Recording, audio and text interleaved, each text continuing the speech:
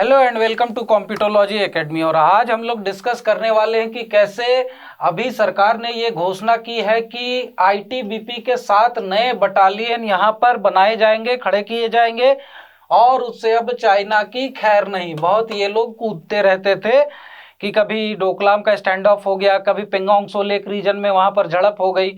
तो धीरे धीरे अपनी सैन्य शक्ति भारत भी सीमावर्ती क्षेत्रों में बढ़ा रहा है। और इससे अभी हम लोग ये डिस्कस करेंगे कि भारत को क्या सिक्योरिटी बेनिफिट मिलेगी, किस तरह से वहाँ के गांवों की इकोनॉमिक डेवलपमेंट होगी जो बॉर्डर रीजन में है, या चाइना पर इससे क्या प्रभाव पड़ेगा। तो ये सारी चीजें हम लोग डिटेल में डिस्कस करने वाले हैं। और यूपीएससी के पेपर 2 के हिसाब से, जो इंटरनल सिक्योरिटी का अपना पेपर होता है, उसके हिसाब से ये पार्ट बहुत ही इंपॉर्टेंट होने वाला है, टॉपिक इंपॉर्टेंट होगी। तो इसीलिए वीडियो में आखिरी तक बने रहें। तो चलिए शुरू करते हैं।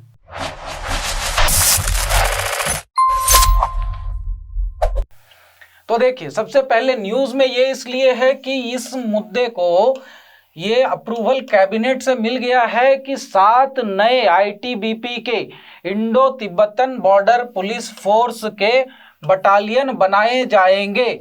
और इसके लिए ऑलरेडी 4,800 करोड़ का फंड भी मिल गया है। तो यहाँ पर एक सवाल आता है सबके मन में कि जब बॉर्डर पर रहते हैं तो इसको पुलिस फोर्स का नाम क्यों देते हैं। तो देखिए, कुछ पुलिस फोर्सेस जो स्टेट की रहती हैं वो रहती है स्टेट गवर्नमेंट के अंडर में, लेकिन कुछ पुलिस फोर्सेस जिसको कि हम लोग पैरामिलिट्री फोर्सेस भी कहते हैं, अर्धसैनिक बल, तो वो उसे कहते हैं central armed police forces, CAPF. इसकी भी वैकेंसी यूपीएससी ही निकालती है, असिस्टेंट कमांडेंट लेवल की। तो यहाँ पर ये जो पुलिस फोर्सेस रहती हैं सीमावर्ती क्षेत्रों में, या फिर हम लोग देखेंगे कि लेफ्ट विंग एक्सट्रीमिज्म के एरियाज में जो सीआरपीएफ है, वो यही लोग देखते हैं, वहाँ पर सिक्योरिटी इंश्योर करते हैं। और ये आती है होम मिनिस्ट्री के अंडर में, तो इसीलिए इसका नाम है सेंट्रल आर्म्ड पुलिस फोर्सेस।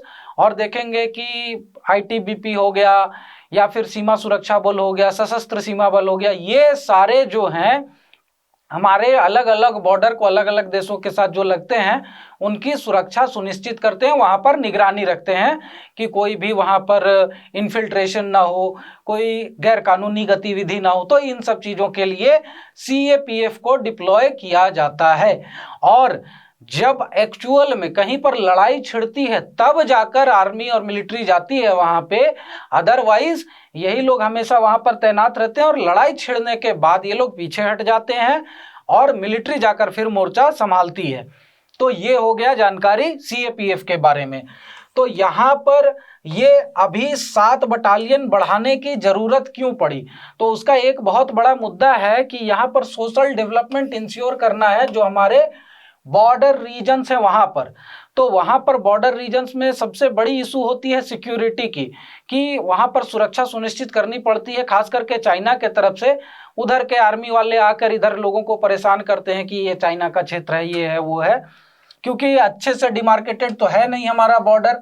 तो सबसे पहले सिक्योरिटी सुनिश्चित करनी है वहां पर कि सुरक्षित रहेंगे वहां पर भारतीय जनता, तभी वहां रहना चाहेंगे, अदरवाइज वहां से माइग्रेट कर जाएंगे। तो वहां पर माइग्रेशन न हो, प्लस क्या है कि वहां पर सही से उनको लाइवलीहुड के रिसोर्सेज मिल सके, वहां पर उनकी इनकम और एम्प्लॉयमेंट की सुरक्षा देखी जा सके कि उन्हें सोशल सिक्योरिटी वहां पर मिल रही है, इनकम प्रॉपर मिल रहा है, खाने पीने की व्यवस्था, एम्प्लॉयमेंट की व्यवस्था, पढ़ाई लिखाई की व्यवस्था, बाकी चीजें सही है, तभी वो वहां से माइग्रेट नहीं करेंगे। नहीं तो बहुत सारे लोग जहां पर सिक्योरिटी इशू नहीं भी है लेकिन एम्प्लॉयमेंट अपॉर्चुनिटीज के कारण भी बॉर्डर एरिया से, क्योंकि देखिए चाइना के साथ जो भी हमारी बॉर्डर लगती है वो सारे हिमालयन रीजन में है, वो रगेड टोपोग्राफी है, वहां पर पूरी पहाड़ी क्षेत्र है, तो उतना ज्यादा डेवलपमेंट है नहीं, सुदूरवर्ती क्षेत्र है।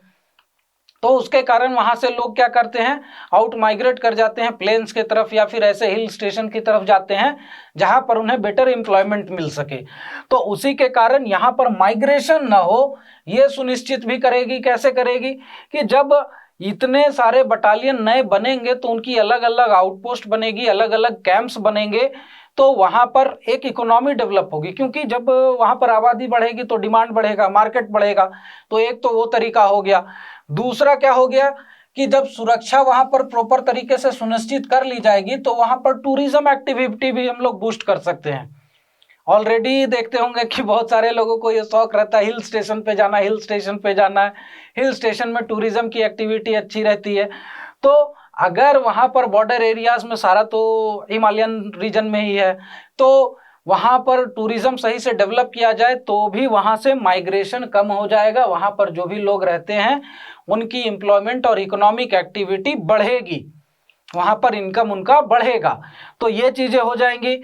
उसके बाद क्या होगा कि सारे जो विलेजेस हैं उनमें इंफ्रास्ट्रक्चर को डेवलप करने के लिए भी यहाँ पर इन्वेस्ट किया जाएगा, और इस प्लान का नाम दिया गया है वाइब्रेंट विलेजेस प्रोग्राम, VVP। तो ये चीज याद रखिएगा, अगर पेपर में आया कि क्या है प्रोग्राम तो VVP, वाइब्रेंट विलेज प्रोग्राम। इसके तहत बॉर्डर एरियाज में पूरे विलेजेस में जितने भी हैं उनमें कितने हैं गिनती हम लोग देखेंगे आगे, कि सारे जो इंफ्रास्ट्रक्चर है उसको डेवलप करना है, रोड कनेक्टिविटी देनी है, इलेक्ट्रिसिटी देना है, और बाकी के जो भी स्कूल कॉलेजेस और बाकी की चीज़ों के डेवलपमेंट है उसको इंश्योर करना है। ठीक है, तो ये तो हो गया न्यूज़ में क्यों है।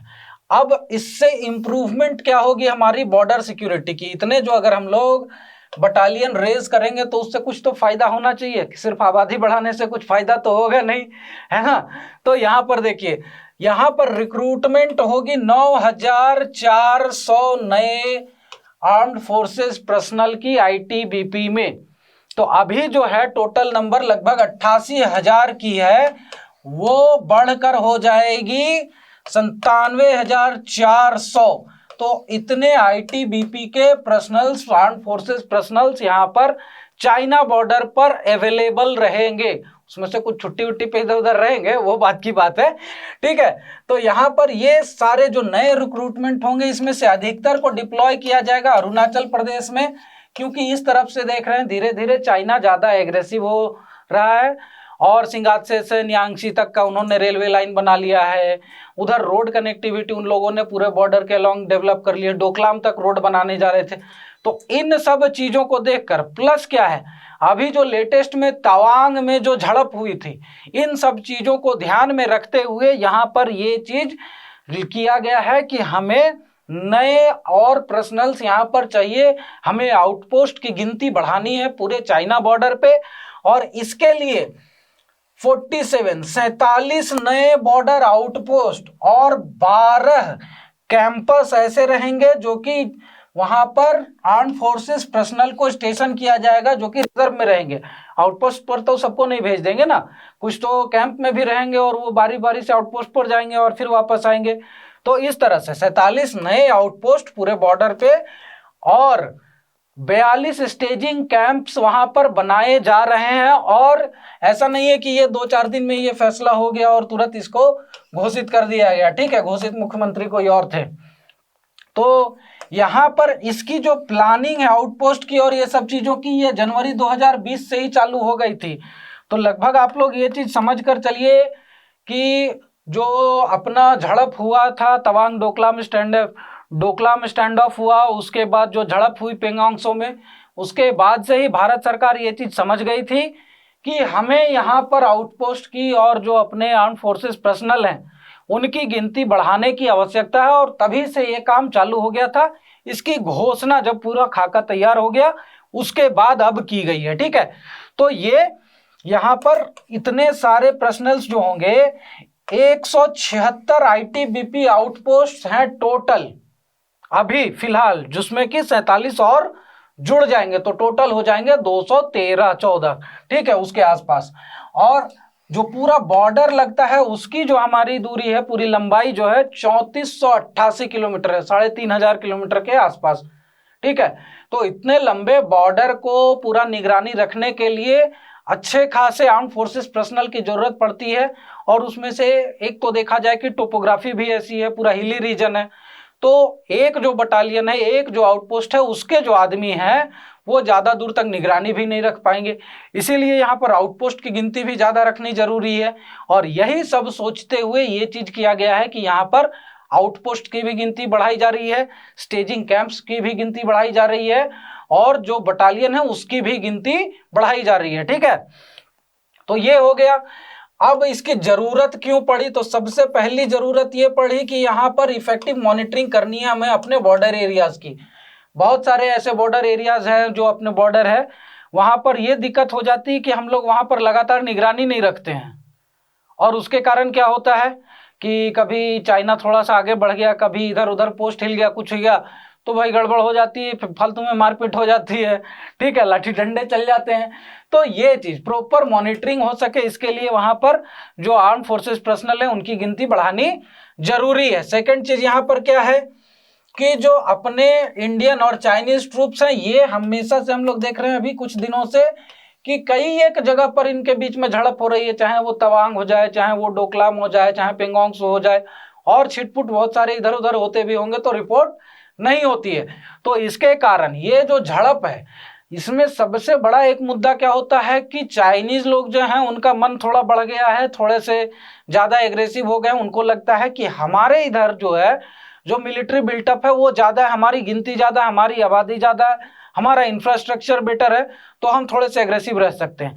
तो अगर उनके इंफ्रास्ट्रक्चर के बराबर में इंडियन इंफ्रास्ट्रक्चर भी अगर मैच कर लें तो फिर उनको थोड़ा सा डर लगेगा, नहीं उधर भी उतने ही आदमी है, बहुत मारेंगे, वैसे छोड़ते तो इंडियन कभी नहीं है, मारते तो हमेशा अच्छे से है लेकिन एक डर जो होता है, गिनती की डर, वो भी उनके अंदर रहनी चाहिए, और इसके लिए ये जरूरी भी था। अब यहाँ पर क्या है कि ये चीज भी हम लोग को ये देखना है, इंश्योर करना है कि जो भी मिलिट्री बिल्टअप है, हमेशा से जो स्टेशन रह रहे हैं, चाहे वो इंफ्रास्ट्रक्चर का हो जाए, कितने एयर स्ट्रिप्स बना रखे हैं चाइना ने बॉर्डर के लॉन्ग, कितने मिलिट्री बेसेस बना रखे हैं, कितना इंफ्रास्ट्रक्चर। तो इंफ्रास्ट्रक्चर के लिए भी अभी भारत सरकार बहुत तेजी से काम कर रही है। बॉर्डर एरियाज में रोड्स बहुत बन गए, रेलवे कनेक्टिविटी बहुत अच्छी हो गई है और धीरे धीरे सुधारी जा रही है। अभी BRO 2.0 की बात चल रही है कि BRO का और स्तर बढ़ाया जाए, इंफ्रास्ट्रक्चर की डेवलपमेंट और बेहतर की जाए। तो इन सब चीजों के लिए ऑलरेडी काम किया जा रहा है, लेकिन इंफ्रास्ट्रक्चर के साथ साथ जो आर्मी बिल्टअप है, जो वहां पर पर्सनल्स की गिनती है, उसे भी बढ़ाना जरूरी है। तो चाइना के नंबर को मैच करने के लिए भी यहाँ पर हमें और बटालियन रेज करने की जरूरत थी, जो कि सरकार ने की है, ठीक है। उसके बाद यहाँ पर डेवलपमेंट करना विलेजेस का, क्योंकि नदर्न बॉर्डर एरियाज में जो भी विलेजेस है, जो भी गांव है जो कि बॉर्डर एरिया में है, वहां पर अधिकतर में बहुत कम आबादी है, या धीरे धीरे जो गांव है वहां से लोग माइग्रेट करके प्लेन्स की तरफ या अदर हिल स्टेशंस की तरफ चले जाते हैं कामकाज की तलाश में और आजीविका की तलाश में। तो ये चीजें कम हो, उनको वहीं पर रखा जाए। और इसके पीछे भी एक कारण है जो कि हमने पहले के वीडियो में देखा था ध्यान से, कि 2005 में जब बॉर्डर डिस्प्यूट कैसे सॉल्व करना है उसकी प्रिंसिपल तय की जा रही थी, तो वहां पर एक सेटल्ड पॉपुलेशन का प्रिंसिपल था, आगे के स्लाइड में हम लोग देखेंगे।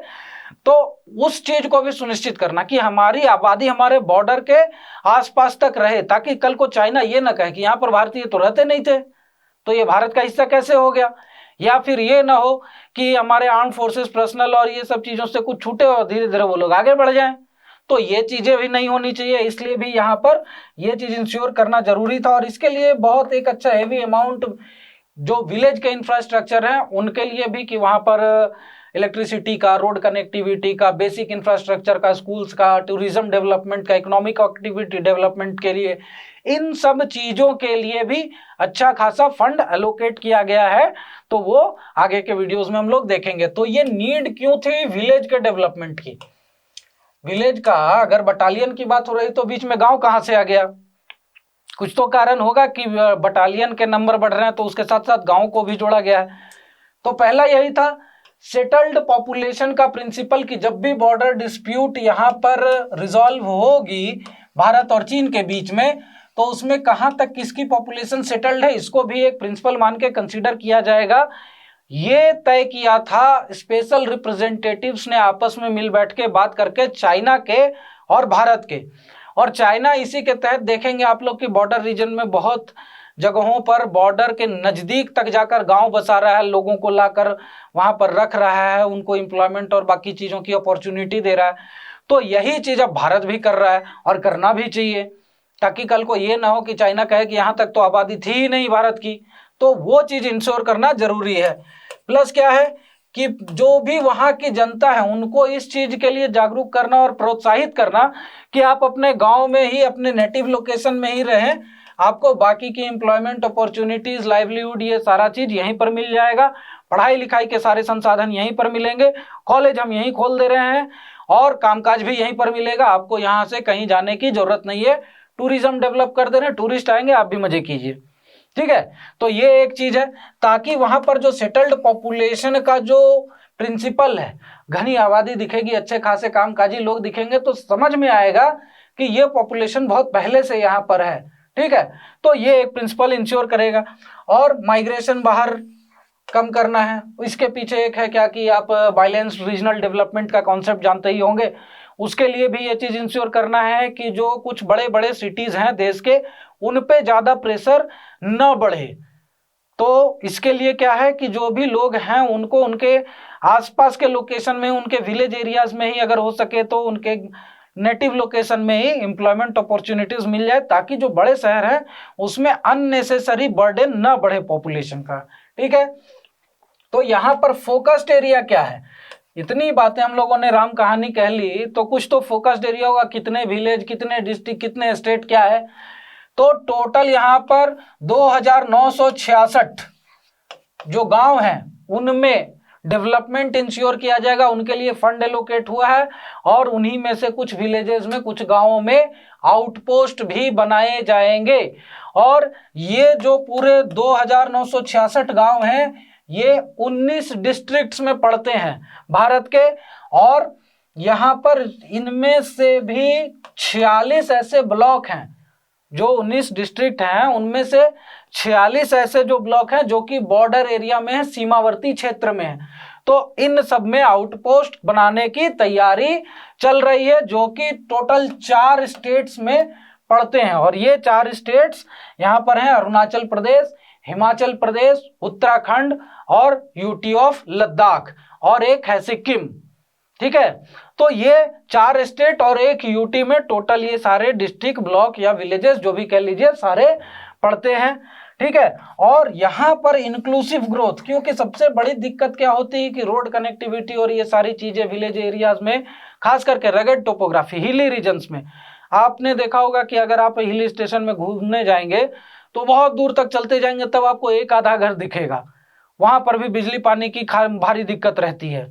तो ये सब चीजें ना हो और लोग वहां से आउट माइग्रेट ना करें, वो जगह खाली करके ना निकले, जिससे कि बॉर्डर की सिक्योरिटी इंश्योर करना और मुश्किल हो जाता है। अगर वहां पर आबादी रहेगी तो कोई भी चाइनीज इनकर्शन होगा, कोई भी वहां पर इलीगली अगर अपने देश में घुसना चाहेगा जो कि अनजान है, तो अगर वहां पर पेट्रोलिंग पार्टी नहीं है, अपने आर्म्ड फोर्सेस के लोग नहीं है आसपास में, तो भी वो जो लोकल लोग हैं, नेटिव लोग हैं, वो ये जानकारी दे सकते हैं, सरकार तक पहुंचा सकते हैं, एडमिनिस्ट्रेशन तक, कि यहाँ पर कुछ ऐसे संदिग्ध लोग दिखे थे। और बहुत बार ऐसे ही जानकारियों से हमारे सिक्योरिटी इंश्योर हुई है। और इसीलिए ये चीज जरूरी हो जाता है कि हमें नेटिव लोगों को वहां पर बसा कर रखना, सारी फैसिलिटी देनी है। और इसी के क्षेत्र में अभी सरकार ये एक सही कदम उठाई है, जो कि सराहनीय कदम भी है। तो इसमें आप एक सवाल ये मैं आप लोगों को छोड़कर जाता हूं कि अगर if there is need to ensure the border security, then what would be the contribution of the native people towards ensuring the border security of India? ठीक है, तो ये सवाल जो है, इसके बारे में आंसर जो भी आप लोगों को लगता है कमेंट सेक्शन में बताइए। बाकी इसके बारे में जो भी कमेंट्स आएंगे उसे हम आगे डिस्कस भी करेंगे। और यहाँ पर अगर आप लोगों को वीडियो अच्छी लगी हो तो हमारे चैनल को सब्सक्राइब करें, बेल आइकन भी दबा दें, ताकि जब भी हम नई वीडियोस डालें तो उसकी इंफॉर्मेशन आप तक पहुंचती रहे। हमें हमारे फेसबुक और इंस्टाग्राम हैंडल पर भी आप फॉलो कर सकते हैं। और हमारे ऐप पर हमने अभी फ्री में यूपीएससी की प्रीलिम्स की एग्जाम आ रही है, उसके लिए प्रैक्टिस टेस्ट लॉन्च किए हैं, पेड टेस्ट भी आएंगे, फ्री में करंट अफेयर्स की मटेरियल स्टडी की अवेलेबल है, और भी बहुत सारे मटेरियल्स अवेलेबल है, तो उसका भी लाभ आप लोग उठा सकते हैं। वेबसाइट पर भी हमारे अवेलेबल है, तो हमारे ऐप को डाउनलोड करें ताकि जो भी फ्री मटेरियल्स और फ्री कोर्सेज अवेलेबल हैं उसका आप लाभ उठा सकें। Thank you very much and have a nice day.